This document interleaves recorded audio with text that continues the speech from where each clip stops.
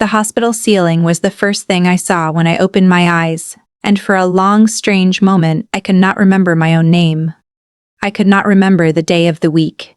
I could not remember why my head was throbbing against a pillow that felt more like folded cardboard than anything a person was supposed to sleep on. What I could remember was the sound. A single sharp sound, like something breaking, that I now realized had been the back of my skull meeting the linoleum floor of my own kitchen. And then a second memory came rushing in behind it, and it was worse than the first.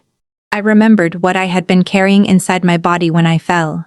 I remembered the secret I had not yet told a single person on this earth. I remembered that 11 days earlier, my husband had walked out the front door of our house and had not come back. And lying there under those fluorescent lights, I understood something that I would spend the next 2 years of my life trying to unlearn.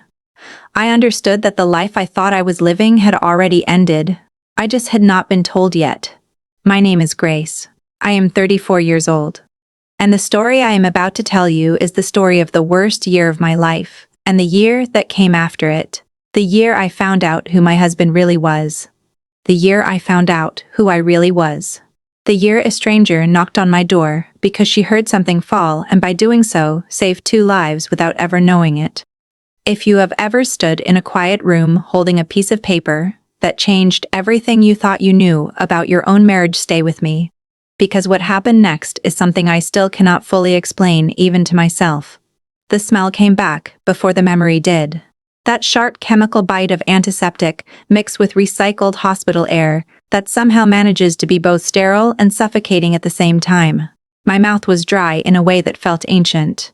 My tongue stepped to the roof of my mouth. There was a plastic bracelet on my wrist that I did not remember anyone putting there. And when I finally turned my head to look at the room around me, the movement sent a wave of pain rolling down through my neck and into my shoulders. And I understood in a slow dawning way that something had happened to me. Something serious. Something that had brought me here in the middle of the night without my knowledge or consent. I pressed the call button. A nurse came in within a minute. She was young and kind, and she had that particular soft, careful voice that medical people use when they are about to tell you something they think you might not be ready to hear. She told me I had been brought in by ambulance around 9:30 the previous evening. She told me a neighbor had heard something fall inside my house and had knocked on my door, and when no one answered, she had called 911. She told me my blood pressure had dropped to a level that had frightened the paramedics on the drive-in. She told me I was severely dehydrated and running on what she called profound exhaustion. And then she paused and she looked down at the tablet in her hands. And she looked back up at me and she said the sentence that split my life into a before and an after. She said I was 6 weeks pregnant. I did not respond. I could not. I just lay there and stared at a small brown water stain on the ceiling tile directly above my bed. And I let the room grow very quiet around me. The nurse waited for a moment, and then she squeezed my hand, and she told me the doctor would be in shortly, and she stepped out and pulled the door closed behind her. And I was alone. And I was pregnant. And my husband had not been home in 11 days. I already knew about the baby. That was the thing. I had known for 3 weeks.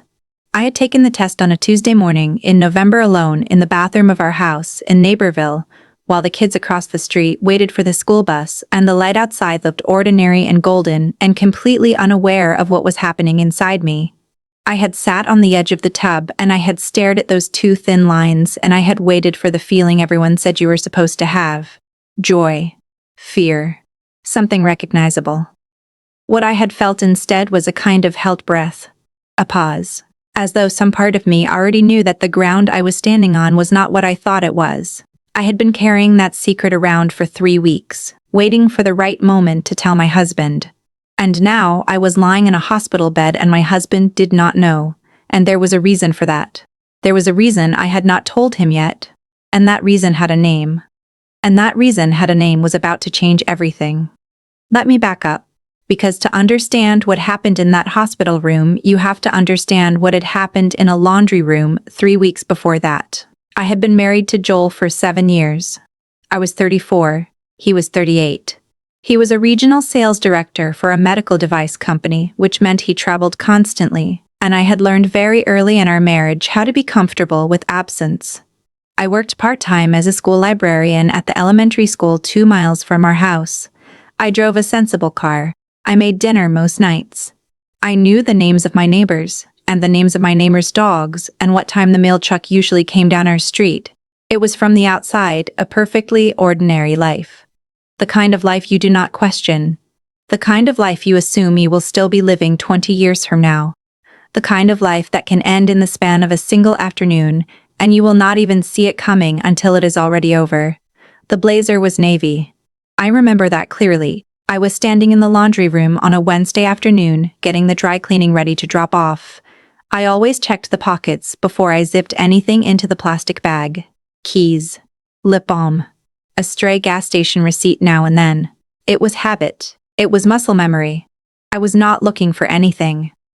I want you to understand that. I was not suspicious. I was not searching. I was doing laundry. And then my fingers touched a folded piece of paper in the interior breast pocket of the blazer, tucked deep, almost hidden.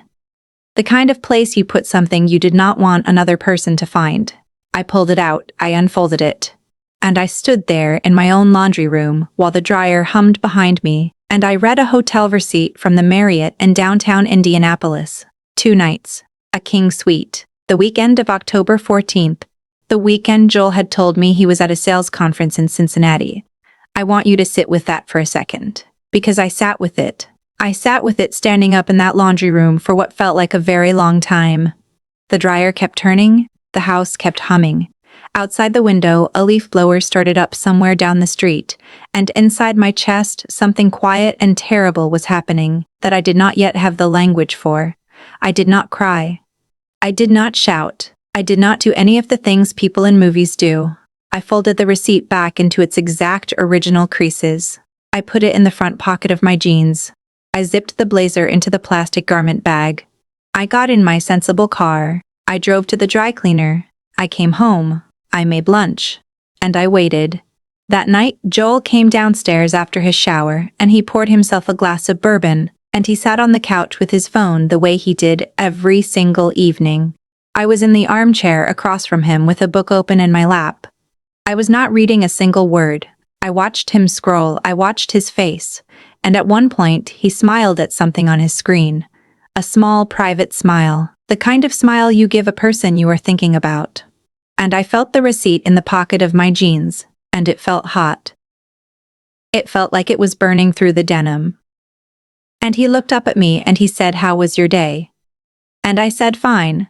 And I asked him about his, and he said, "Long, but fine." And he took another sip of his bourbon, and I closed my book. And I went to bed. And I did not sleep. I did not confront him. Not that night. Not the next night. Not any night that week. Because I understood something about my husband that I had not fully understood before that afternoon in the laundry room. I understood that if I asked him about the receipt, he would find a way to make it small. He would find a way to make me feel foolish for having asked. He would find a way to turn the conversation around until I was the one apologizing for having invaded his privacy. And so, I did not ask. Instead, I did something I am not particularly proud of. But I think anyone who has ever stood where I stood in that laundry room will understand it. I started paying attention. I checked our shared cellular data plan. I noted the times when his location sharing did not match the places he said he was. I noticed that he had started carrying his phone into the bathroom with him. I noticed that he had begun angling his laptop screen away from me whenever I walked into a room. I noticed that he was suddenly working late at least twice a week, and calling from his office phone so the number that showed up on my screen would not betray where he actually was. And then, one night, I found her. Her name was Amber. She was 29. She worked in the marketing department of my husband's company. I found her through a mutual connection on a social media site. A company holiday party photo from 2 years earlier. She was standing next to my husband. Their arms were touching. She had long dark hair and a wide, warm smile, and she was the kind of pretty that made me feel 2 things at once. Petty for noticing, and devastated that I had noticed. And I sat at my kitchen table at 11 o'clock at night with my laptop open in front of me, and I looked at her face and I understood that this woman had been in my life for a long time without me knowing it. And I wondered how much of what I thought was my marriage had actually been a set, a stage. A performance for an audience of one. That was the week I took the pregnancy test. I want you to understand the timing here. I want you to understand what it means to sit on the edge of a bathtub holding a small plastic stick that tells you a new life is beginning inside your body, while in the pocket of a pair of jeans in your closet, there is a hotel receipt that tells you the life you thought you had is already over. I want you to understand what it feels like to hold both of those pieces of paper at the same time. Because I do not have the words for it. I have tried to find them for 2 years now, and I still do not have them. I did not tell Joel about the baby. I did not tell anyone about the baby. I carried it. Both the secret and the child. And I waited. The breaking point came on a Thursday. I asked Joel carefully, casually, if he wanted to drive up to my parents' cabin in Wisconsin the weekend after Thanksgiving. Just the two of us. I told myself that if we had time alone together, away from routines and phones and the noise of ordinary life, I might find a way to tell him about the pregnancy. I might find a way to make our marriage feel real again. I might find a way back to whatever version of him I had married. He said he could not go. He said he had to work that weekend. A client thing. He was sorry. That night, after he had gone into the garage to do something with his tools, I opened our joint bank account on my laptop, and I scrolled through the recent activity, and I found a charge on the debit card for 2 round-trip flights to Charleston, booked for the weekend after Thanksgiving. His name. And one other. I did not sleep at all that night. I lay in the dark next to my husband and I listened to him breathe, and I thought about the child inside my body, and I thought about the woman in the photograph, and I thought about the receipt in the closet, and the flights on the bank statement, and the smile he had given his phone across the living room. And somewhere in the small hours of that night, while he slept beside me, completely unaware, I made a decision. I was not going to confront him in our kitchen over coffee. I was not going to cry. I was not going to give him the opportunity to talk his way around it. I was going to see a lawyer first. Her name was Diane Kowalski. She had an office on Washington Street in downtown Naperville. She had a firm handshake and a wall full of framed diplomas and the kind of calm, steady manner that made you feel as though your situation, however catastrophic it felt from the inside, was completely manageable from where she was sitting. She poured me a glass of water. She asked me to start at the beginning, and I did. She explained to me that Illinois is what is called an equitable distribution state, which meant that marital assets would be divided fairly, though not necessarily 50-50. She explained that faults such as infidelity could be considered by the court, particularly when that infidelity had been accompanied by what she called dissipation of marital assets, which was the legal term for when a spouse spends marital money on an affair. Hotels, flights, gifts, all of it documented, all of it potentially affecting how the assets would ultimately be split. I sat across from Diane's desk in that quiet, wood-paneled office, and I felt something settle inside me. Not peace. It was not peace. It was more like the particular steadiness that comes over you when the ground finally stops moving. Start documenting everything, she told me. Bank statements, credit card records, anything at all that shows where the money went and when. I had already started. I went home. I made dinner. I waited 3 more days. And then on a Sunday evening in late November, when Joel came downstairs dressed in a charcoal blazer I had never seen before, and told me he had to fly to Minneapolis for an emergency client meeting first thing Monday morning, I looked at him across our kitchen island, and I said 4 words. I know about Amber. The silence that followed those 4 words was the loudest thing I have ever heard in my life. Joel set his phone face down on the counter. He looked at me, and something moved across his face that I could not quite read. It went too fast, through too many things. And then it settled into something that looked almost like relief, which was somehow worse than anything else he could have shown me. Grace, he said. Do not, I said. Just do not. He tried anyway. He said it was not what I thought. He said it had been a mistake. He said it was already over. He said he loved me. He said he was sorry. He said a lot of things standing there on the other side of that kitchen island, and I listened to all of them. And when he was finally done, I told him that I had already spoken to an attorney. He went very still.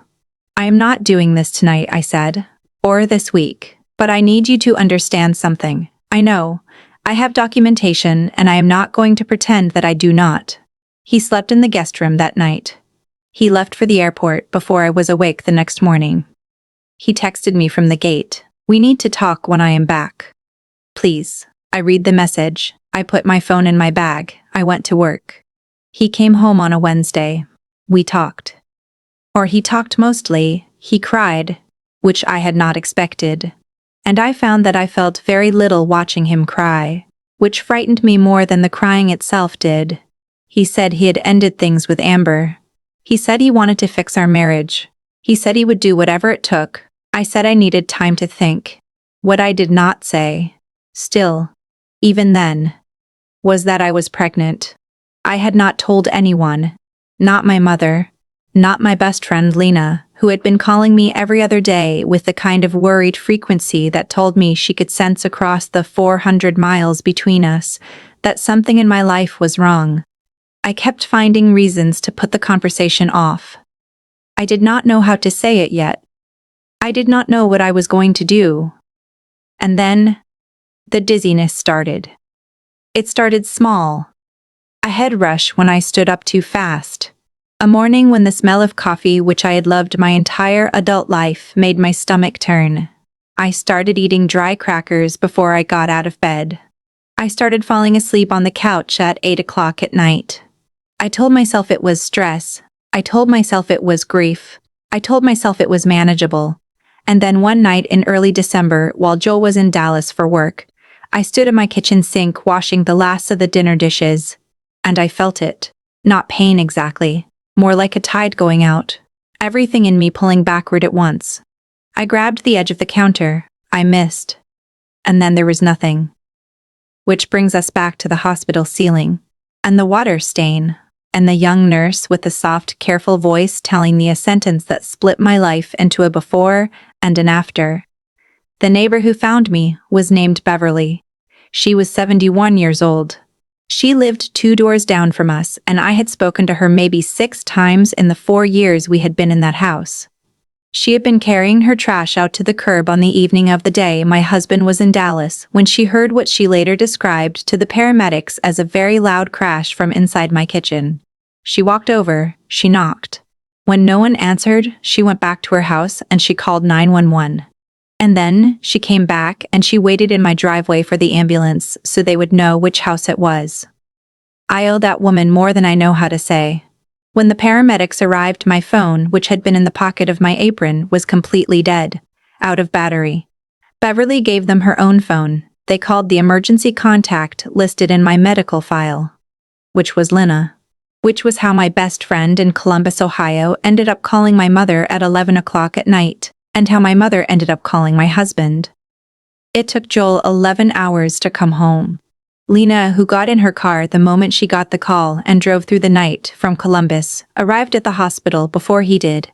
She walked into my room with her coat still on and she sat down in the chair beside my bed, and she took my hand and she did not say a single word for a very long time. Which is one of the things I love most about her. She did not ask me questions I did not have answers to, she just stayed. My mother called in the early morning. Her voice was doing that careful, measured thing where you can hear the panic sitting underneath the calm. I told her I was all right, and then I told her about the baby. She was quiet for a moment. Then she said, "Oh, sweetheart," and I started crying, which I had not done yet. Joel walked into my hospital room at 11:47 in the morning. I know the exact time because I had been watching the clock on the wall for hours. The way you watch things when you have been awake too long and your mind has run out of anywhere else to go. He stood in the doorway for a moment before he came in. He looked tired. He was still wearing the clothes he had traveled in. "I got here as fast as I could," he said.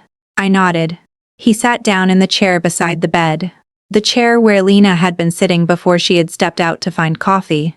And he looked at me with an expression that might have been remorse and might have been fear, and was probably some mixture of both.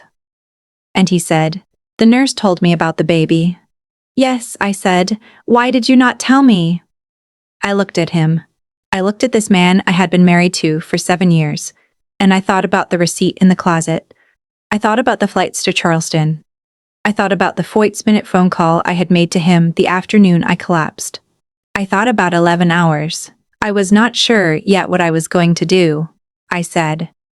I am still not sure. He reached for my hand. I let him take it. Because I was too tired to pull away. And because some part of me, the part that had loved him for 10 years, still responded to the warmth of his hand in mine like a reflex I could not switch off. But I watched his face while he sat there beside my hospital bed, and I noticed something. He did not ask me how I was feeling. He did not ask what the doctor had said. He did not ask about the heartbeat of the child inside my body. He asked me twice about the lawyer. And he asked me once quietly whether I had told anyone else about Amber. I looked at him for a long moment. You should probably go get something to eat, I said. You look exhausted. That was the moment. If I had to point to one single moment where I understood that my marriage was over, it was that one. Not the receipt, not the flights, not the confession over the kitchen island. It was that hospital chair. And the questions he did and did not ask. He did not fight for our marriage the way he had said he would. I want to be very clear about that, because in the weeks and months that came after, there was a version of this story that Joel began to tell people, mutual friends, his mother, his brother, a version where he had tried desperately to save things and I had been too hurt and too proud to let him. I know this because people told me, not unkindly, in the way that people pass along information they think you probably already know. What actually happened was simpler and sadder. He moved out in January. He rented a 2-bedroom apartment in the city. He said he needed space to figure things out. The space seemed to involve Amber, whose social media I had quietly stopped looking at, because some information just stops being useful to you after a certain point. He paid child support without argument, which his own attorney probably told him to do. He was present in a logistical sense for the pregnancy. He came to exactly one ultrasound, the anatomy scan at 20 weeks. And he stood beside me in that dim room and watched the screen with an expression I could not read. We drove there separately. We drove home separately. The divorce proceedings took 8 months.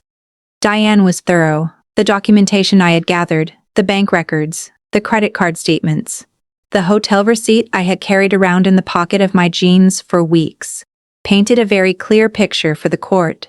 The marital asset dissipation claim held. We had built a lot together in 7 years. The house, the retirement accounts, the savings. The final settlement was not 50-50. I did not feel triumphant when it was done. I want to say that clearly, because I think people expect you to feel victorious when the legal outcome lands in your favor. What I actually felt sitting in Diane's office signing the last of the paperwork was something closer to grief. The uncomplicated kind. The kind that just means something is over. My daughter was born in June, on a Tuesday afternoon, when the hospital windows were bright with summer light. I named her Rose. Lena was in the room with me. My mother was in the waiting area wearing a path into the linoleum between the vending machines and the elevator by her own account. My father had driven up from Peoria and was sitting beside my mother, patting her hand at intervals. Joel was not there. He had offered to be, and I had told him gently that I did not think that was what I needed. Rose weighed 7 pounds 2 ounces. She had a shocking amount of dark hair. And she looked up at me in that first hour with an expression of profound suspicion that I found completely understandable under the circumstances. I held her against my chest, and I thought, okay, we are going to be okay. The first time I met Tom was at Lena's 4th of July party. 3 weeks after Rose came home from the hospital, I almost did not go. I was running on about 4 hours of broken sleep. I fit into approximately none of my old clothes. And the idea of making conversation with strangers held approximately zero appeal. But Lena, who had been driving down from Columbus every other weekend since January and had established herself as a person whose opinions I trusted, completely told me that I needed to leave my house. She told me she would watch Rose for 2 hours. She told me I would thank her later. She was not wrong. Tom was a high school history teacher. 39 years old, he had been Lena's husband's college roommate. which was the kind of connection that sounded unremarkable until you found yourself standing on someone's back deck in the late afternoon light, talking to a person you had just met about the particular difficulty of explaining the Reconstruction era to 16-year-olds. And you realized you had been talking for 40 minutes, and the ice in your drink had melted. He knew I had a baby. Lena had mentioned it. Not to set the stage, she told me later, but because she thought anyone worth my time ought to know the relevant facts up front. He asked about Rose in a way that was not performative, not the slightly too enthusiastic, "Oh, that is amazing of a person being carefully supportive," but genuinely curious. "How old? What is she like? Is she sleeping at all?" "Not really," I said. "My sister's kid did not sleep through the night until 14 months old," he said. "She survived. So did the kid." I laughed. An actual laugh. Not a polite one, which surprised me. We talked until Lena came looking for me because Rose was awake and apparently making her opinion about the current arrangement very clear. Tom asked for my number before I left. I gave it to him. I drove home thinking, I am not ready for this. I am absolutely not ready for this. But Lena, watching me from the front door as I buckled Rose into her car seat, was smiling in a way that said she disagreed. He texted that night. "Just really nice to meet you. Hope the non-sleeping goes well." I read it in the dark of Rose's room at 2 o'clock in the morning while she finally mercifully settled. I smiled at my phone like a person who was apparently, in spite of everything, not entirely done with the world. We had coffee the following Saturday. We walked in Centennial Park while Rose slept in her stroller, and Tom matched his pace to mine without comment. The way people do when they are paying attention to someone other than themselves. He told me about growing up in Michigan, about his students, about the year he had spent teaching abroad in Prague after college, which was not what I had expected from a man who coached junior varsity basketball and drove a Ford pickup. "You are more interesting than you look," I told him, which is maybe not the smoothest thing I have ever said to another person. He grinned. "I will take it." I did not fall in love with Tom quickly. I want to be honest about that. It was slow. There were nights when I resisted it. There were nights when Rose was finally asleep and the house was quiet and I lay in the dark thinking about the 7 years I had spent building something with someone who had not wanted to keep it. The grief came in waves for a long time. It still does sometimes. That is just the truth of it. But Tom was patient in a way I had not known to look for. He did not push. He showed up. He drove 2 hours to help me move a piece of furniture when my new lease started in September. He stayed for dinner and did the dishes and left at 9 o'clock without being asked. Because he was paying attention to the lines I needed him to see. He met Rose when she was 4 months old. He sat on the floor of my living room and made faces at her until she smiled, which was new and still miraculous to me. And I watched from the couch, thinking something I could not fully name yet. Something that felt carefully like beginning. And then the phone call came. It was a Wednesday in October, 9 months after the divorce had been finalized, and my phone rang with a number I had not seen in a long time. It was Joel's mother. Her name was Gail. And Gail and I had spoken maybe 4 times since January. Always about Rose. Always logistically, never about anything else. She asked about Rose first. Then there was a long pause, and then she said in the careful way of a person who has rehearsed the words in her head many times before dialing, "I owe you an apology." I sat down at my kitchen table. Gail had known, not everything, not the full timeline, but she had suspected something was wrong with her son's marriage for over a year. She had seen things at family gatherings that had not added up. She had overheard phone calls she should not have overheard. She had told herself it was not her place. She had told herself she did not know for certain. "I should have called you," she said. "I have thought about it every single day since." I did not know what to say to that. I still do not entirely. I told her I appreciated the call. I told her it was not her responsibility. I do not know if either of those things was completely true. But they were the things I could say honestly in that moment. And then, before we hung up, she told me something else. She told me that Amber had ended things with Joel in September, that he was living alone in the apartment. That by her account, he was not doing particularly well. She was not telling me to make me feel anything in particular, she said. She just thought that after everything I ought to know. After I hung up, I sat for a long time at my kitchen table. Rose was in her bouncy chair on the floor, watching me with that dark-eyed seriousness she had had since the day she was born. I reached down and I touched her small foot, and she flexed her toes around my finger. I thought about Joel alone in that apartment.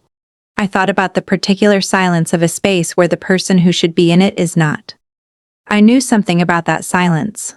I had lived inside it for a long time. I did not feel glad. I want to be honest about that too. I had thought in the early days that I would feel glad when the scales finally balanced. When Joel experienced even a fraction of what he had put me through. What I actually felt sitting at my kitchen table on that Wednesday in October was something quieter and less satisfying and a great deal more honest. I felt tired. I felt like something that had been tightly wound in my chest for over a year was finally slowly loosening. And then Rose made a sound, a small, demanding, completely self-assured sound. And I laughed and I picked her up and she grabbed a fistful of my hair and held on, and that was enough. That was more than enough. Tom proposed on a Tuesday in March. Not with a grand gesture. Not at a restaurant. Not with a plan that had been filed with multiple parties weeks in advance. We were in his kitchen, which had by then quietly become our kitchen in practice if not on paper. We were making breakfast on a Sunday morning. Rose was in her high chair eating small pieces of banana with the intense concentration of a person doing very serious work. Tom handed me a cup of coffee. And then he stood there with an expression I did not recognize for a moment. And then he said, "I want to do this with you. The whole thing. If you want that too." He had the ring in his jacket pocket. He had been carrying it, he told me later, for 3 weeks, waiting for a moment that felt like us, not a performance. Just us, in a morning kitchen with coffee and a baby and no particular audience. I said yes. Lena cried when I called her. My mother said the word finally in a tone that suggested she had been waiting with some impatience. My father was quiet for a moment, and then he said, "He is a good man, Grace. I can see that." Joel was informed, because Rose needed both her parents to know things that would affect her life. He received the news by text, which was not ideal, but was appropriate given everything. He replied, "Congratulations, I hope you are happy." Diane, who I had spoken to briefly about some custody documentation, told me later that he had called her office with a procedural question and had seemed in her professional assessment very quiet. I thought about Gail's phone call. I thought about the apartment. I thought about a man sitting alone somewhere in the city with a version of the future he had burned down himself. And then I thought, that is not mine to carry anymore. It had not been for a long time. We got married the following September. On a Saturday when the leaves in the park had just started to turn. When the light had that particular quality it gets in early fall. Honey warm. A little melancholy. And absolutely beautiful. Rose was 14 months old by then. Walking with the confident lunging gait of a person who had only recently discovered her own feet. She wore a small dress with a sash, and she spent most of the ceremony trying to eat a flower she had pulled out of the arrangement nearest to her. Tom's college roommate sat in the front row and cried, which Tom claimed was embarrassing and was clearly not embarrassed by it all. Lena was my maid of honor. She gave a toast that made everyone laugh and then made everyone cry in the best possible order. My mother danced. My father watched my mother dance with the expression of a man who has been watching her for 40 years and still finds her the most remarkable thing in any room. Which is the kind of marriage I had stopped believing in for a while, and had started believing in again. I stood in that September light next to Tom, and I thought about everything it had taken to get to that specific moment. The laundry room, the receipt, the linoleum floor coming up fast, the hospital ceiling and the water stain, the 11:47 in the morning, the chair beside the bed, the park with the melted ice. The Tuesday morning with the coffee and the ring in the jacket pocket. I thought, none of it was wasted, not even the worst of it. Tom looked at me the way he always does. Like he is paying attention. Like he actually sees me. And he smiled. And I smiled back. And somewhere behind us Rose made her opinion about the proceedings known in a voice that carried across the entire venue. And every single person there laughed. And we were married. and the past was done. We were already living inside what came next. I want to say something before I go. Because if you have stayed with me this whole way, if you have listened to a stranger tell you about the worst year of her life and the year that came after it, then you already know something about what it costs to keep going. You already know something about standing in a quiet room holding a piece of paper that changes everything. You already know something about the 27-minute walk from who you thought you were to who you actually are. And I am asking you now, very simply, from one heart to another. If any part of this story made you feel less alone tonight, if any part of it reminded you that people survive things they did not think they could survive, please stay with me. Please subscribe to this channel so you do not miss the next story. Tap the like button so more people who need this can find it. And in the comments tell me one thing. Just one. The moment you knew your life was about to change. I read every single one. I answer as many as I can. Because stories like mine are only worth telling if we tell them to each other. Take care of yourself tonight. Somebody out there is very glad you made it this far, and I will see you in the next one.